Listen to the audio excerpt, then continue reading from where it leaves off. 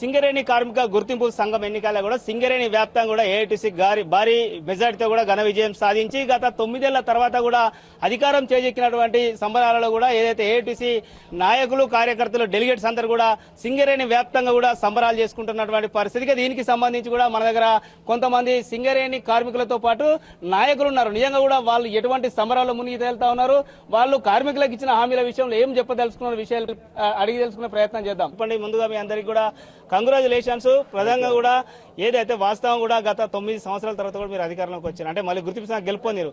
ఎట్లా ఉన్నది అసలు పరిస్థితి? కార్మికులకు ఏం చెప్పదలుచుకున్నారు? కార్మికులకి మేము చెప్పదలుచుకున్నది ఏంటంటే గత యూనియన్ ఏ అయితే వాగ్దానాలు చేసిందో అది సరైన పద్ధతిలో కాకుండా ఏది నిర్వర్తించలేకపోవటం వలన ఈరోజు యువ కార్మికులందరూ కూడా ఏఐటీసీకి పట్టం కట్టాలి అనే ఉద్దేశంతో వాళ్ళు పూర్తిగా ఏఐటీసీకి ఓట్లేసి మా మీద బరువు ఏదైతే మోపారో దానికి పూర్తిగా మేము న్యాయం చేస్తాము అని చెప్పేసి నేను మీ మీడియా ద్వారా తెలియజేస్తా ఉన్నా.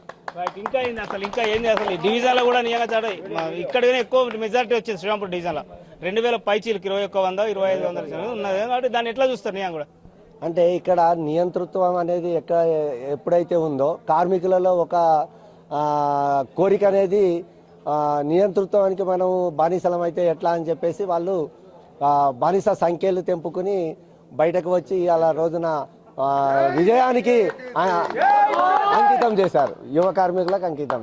మీరు చెప్పండి, నిజంగా కూడా ఏదైతే ఏఐటీసీ గెలిచిన సందర్భంగా కూడా మీరు ఏం చెప్పదలుచుకున్నారు? ఏఐటీసీ గెలిచినందుకు మా కార్మికులకు అందరికీ ధన్యవాదాలు చెల్లుతున్నాను. ఈ విజయం కేవలము యువ కార్మికులకు అందరికీ అంకితము. వాళ్ళు చాలా కష్టపడి గెలిపించుకున్నారు. ఈ SRP3 మైన్ ఏదైతే ఉందో రెడ్డి పరిపాలనగా నడిచింది. ఇక్కడ ఉన్న ఫిట్ సెక్రటరీ కానీ ఏరియా సెక్రటరీ కానీ కార్మికులకు అందరికీ వ్యతిరేకంగా పనిచేశారు తప్ప, వాళ్ళ స్వార్థాల కోసం పనిచేశారు తప్ప, వాళ్ళ సొంత పనుల కోసం పనిచేశారు తప్ప కార్మికుల కోసం ఏ ఒక్క రోజు కూడా ఆలోచించి వీళ్ళ క్షేమాలు కానీ రక్షణ కానీ లేకపోతే ఎలాంటి మంచి పనులు ఏమి చేయలేదు. అదే వాళ్ళ ఓటమికి ఈరోజు నాంది పడినది. సంబంధించి కూడా మీరు చెప్పండి, ఏదైతే ఏఐటీసీ కూడా చాలా హామీలు ఇచ్చింది, ముఖ్యంగా కూడా కార్మికుల విషయంలో కూడా అనేక ఇది భూమికి ఏదైతే 250 గజాలకు సంబంధించినటువంటి భూమి విషయంలో వచ్చు, అంటే తర్వాత ఈ స్కీములకు సంబంధించి 20 లక్షల రూపాయలు హౌసింగ్ లోన్కి సంబంధించి కూడా ఇటువంటి అన్ని నెరవేర్చడానికి ఎట్లా చేస్తారు మీరు? మేము ఏఐటీసీ గుర్తింపు సంఘంగా 2010లో గుర్తింపు సంఘం ఉన్నప్పుడే భూపాలపల్లిలో కానీ మళ్ళీ శ్రీరాంపూర్లో కానీ అప్పుడే మేము ల్యాండ్ అవుట్ చేసి నరసింహరావు CMMD ఉన్నప్పుడుగా ల్యాండ్ అవుట్ చేసి అప్పుడు మేము ప్లాట్లు పెట్టాము.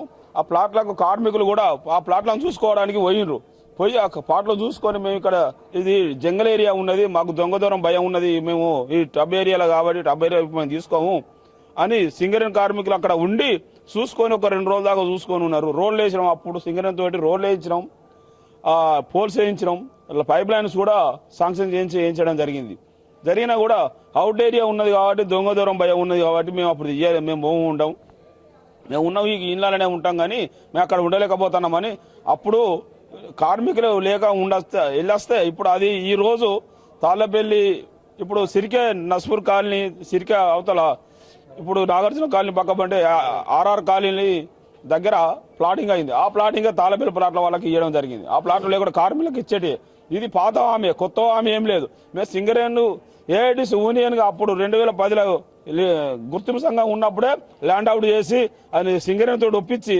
దాన్ని మేము ల్యాండ్ అవుట్ చేయించిన తర్వాత ఈ TB case government Telangana sentiment తోటి వచ్చిన తెలంగాణ గవర్నమెంట్ దాన్ని తొంగలో దొక్కి దాన్ని పక్క పెట్టేశారు. అది కాకుండా ఆ హామీని మేము కంపల్సరీ సింగరేణి దగ్గర కంపల్సరీ కార్మికుల న్యాయం చేసి గెలిపించే బాధ్యత మా ముళ్ళకూరడంగా ఉన్నది కాబట్టి ఏఐటీసీ మా పెద్ద నాయకులకు చెప్పించి అది కంపల్సరీ మేము సాధిస్తామని చెప్తున్నాము. దీనికి సంబంధించి కూడా యువ నాయకుడు ఉన్నాడు. నిజంగా కూడా యువ నాయకులకే ఈ విజయం అంకితం అని చెప్పి కూడా కార్మిక సంఘాల కార్మికులు కూడా తెలుపుతారు. నిజంగా దాన్ని ఎట్లా చూస్తారు మీరు? గత ఎన్నికల్లో పాటు ఈ ఎన్నికల్లో యువ నాయకులు మాత్రం ఏఐటీసీకి ప్రాధాన్యత వహించి ఏఐటీసీకి కోర్టు గుర్తు చేసి ప్రతి విజయానికి కనుక ఏఐటీసీ నాయకత్వ వహించిందని గుర్తిస్తాను. ఐఎన్టీసీ కాంగ్రెస్ వాళ్ళు BMS ఎన్ని అడ్డదారులు తొక్కినా కూడా ఈ రోజు ఎన్ని అక్రమాలు జరిగినా వాళ్ళు ఎలాంటి అవినీతికి పాల్పడినా ఏఐటీసీని గెలిపించి మరొకసారి న్యాయం గెలిపించారు. ఇంతకు ముందే మనకి 21 తారీఖు కోర్టులో న్యాయం గెలిచింది, ఇప్పుడు కార్మికుల దగ్గర కూడా న్యాయం గెలిచింది. మా సార్ ఏమన్నారంటే అందరికీ సొంత ఇంటి కల 250 గజాలు ఇప్పిస్తా అన్నారు, మాట్లాడుతా అన్నారు. అలాగే అలవెన్స్ రూపంలో ఎలాగైతే మన మేనేజ్మెంట్ మన సార్లకి ఎలా మైనింగ్ స్టాఫ్ వాళ్ళకి ఎలా వస్తున్నాయో కార్మికులందరికీ కూడా అలవెన్స్ రూపంలో పెక్స్ అలవెన్స్ రూపంలో ఇప్పిస్తానని మాట్లాడాడు. అలాగే మనకు 42 డిమాండ్స్ అవన్నీ కూడా అవ్వడానికి కృషి చేస్తాం. పక్క కార్మికులందరికీ అభినందనలు తెలియజేస్తున్నాను. ఇది మాత్రం ఏదైతే కార్మికులు తెలుపుతున్నటువంటి పరిస్థితి, ముఖ్యంగా కూడా ఏదైతే సింగరేణి వ్యాప్తంగా కూడా గుర్తింపు సంఘంగా ఏఐటీసీని గుర్తింపు సంఘంగా గెలిపించినటువంటి కార్మిక లోకానికి అందరికీ కూడా ధన్యవాదాలు తెలుపుతా ఉన్నారు. ఏదైతే గతంలో పనిచేసినటువంటి గుర్తింపు సంఘంగా పనిచేసినటువంటి యూనియన్ అనేక అక్రమాలకు పాల్పడి వాళ్ళ కార్మికుల సమస్యను పట్టించుకోకుండా కూడా ఇబ్బందులకు గురి చేసిందని చెప్తారు. ఖచ్చితంగా కూడా ఏఐటీసీ కార్మికులు ఇచ్చినటువంటి హామీలన్నింటినీ కూడా ఖచ్చితంగా మేము ఇటు ప్రభుత్వం కావచ్చు యజమానంతో కూడా ఫైట్ చేసిన వాళ్ళకి న్యాయం జరిగే విధంగా చూస్తామని అయితే కార్మిక సంఘాల నాయకులు అయితే తెలుపుతున్నటువంటి పరిస్థితి. Camera person Srinivas, Arun Kumar, Raj news, Mancherial జిల్లా.